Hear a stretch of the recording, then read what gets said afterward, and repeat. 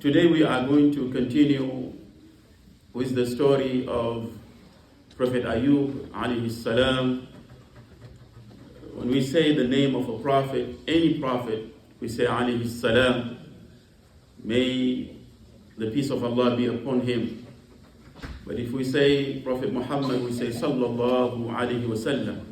He is unique and the only one who has that title.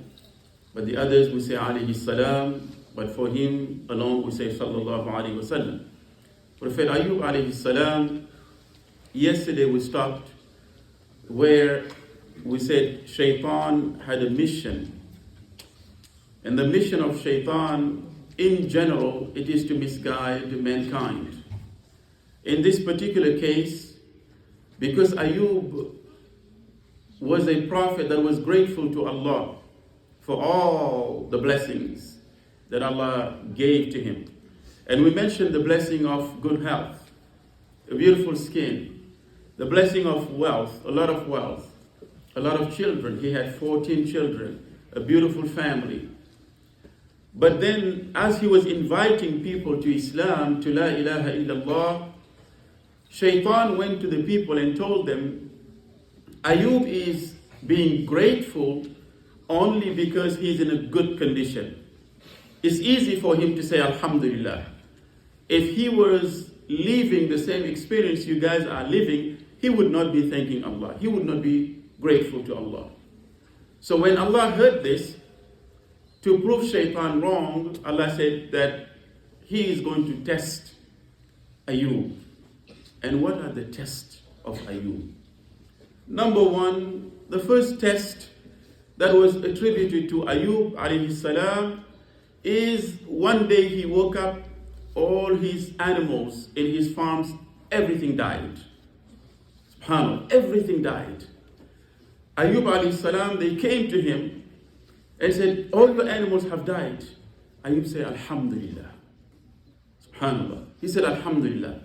It is Allah who gave them to me. If Allah takes them, I thank Allah. He was patient. He never complained. The next test that was afflicted upon Ayyub alayhi salam, it is his house caught on fire. Everything burnt down. They came and told Ayyub, he said, Alhamdulillah. The next and the most difficult one, all his 14 children died. At one time, Allah tested him. All his 14 children died. Ayyub said, Alhamdulillah. The next test that Allah subhanahu wa ta'ala put upon Ayyub alayhi salam is his skin. He became sick now. His skin was affected. Some say he had a disease like leprosy. His body was getting wounds everywhere.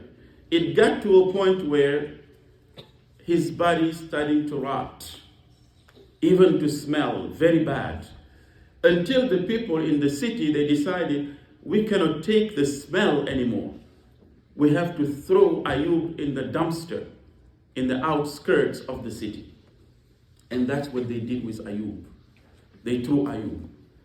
And one person was loyal to Ayyub. One person, and that was his wife. His wife never abandoned him. That's why when you ask for a wife, ask for a good wife. Allah gives you a good wife. They say a good wife, you have a happy life. That's when some of the ulama, they say, even the dua Rabbana atina fid dunya hasana wa fil akhirati hasana. Give us the good in this life and the good in the hereafter. Some scholars, they interpreted this as a good wife is the good of this life.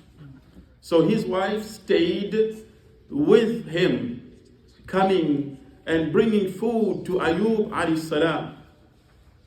Shaitan at this point was coming now to test Ayyub, saying to Ayyub, now your Lord, Allah, has abandoned you.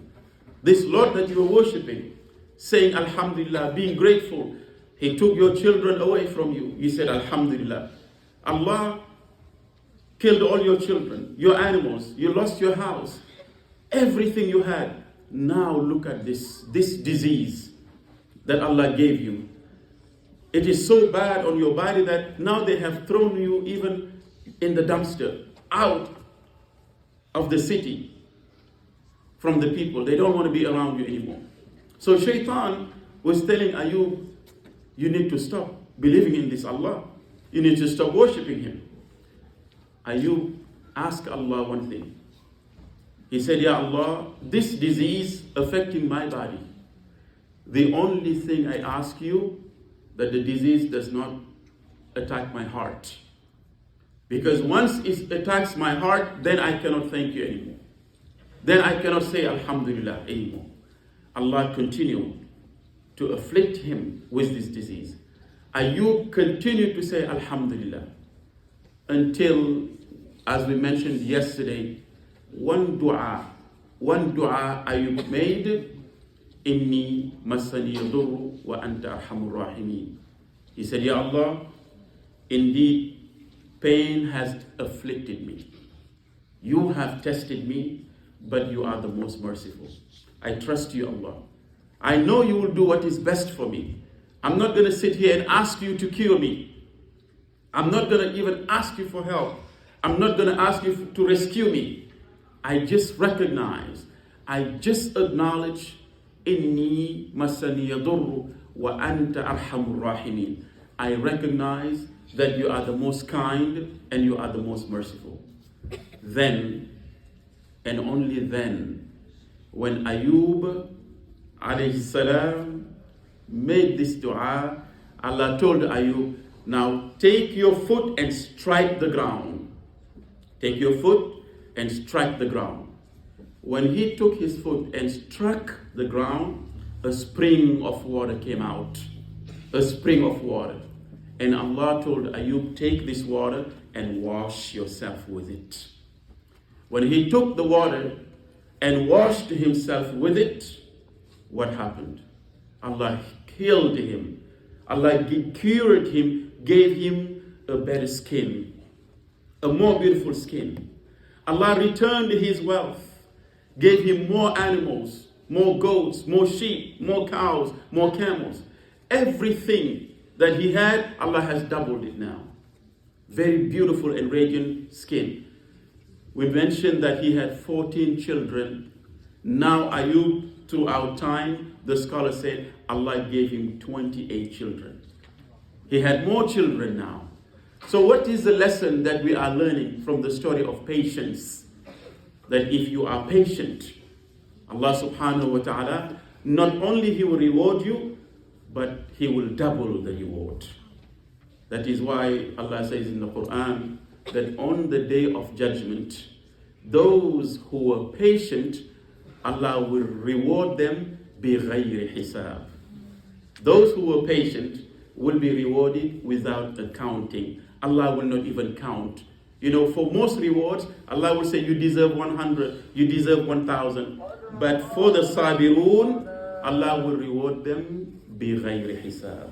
This is the end of the story of Ayyub alayhi salam. Tomorrow, inshallah, we are going to continue with another great prophet. قُومِ إِلَى الصَّلَاةِ.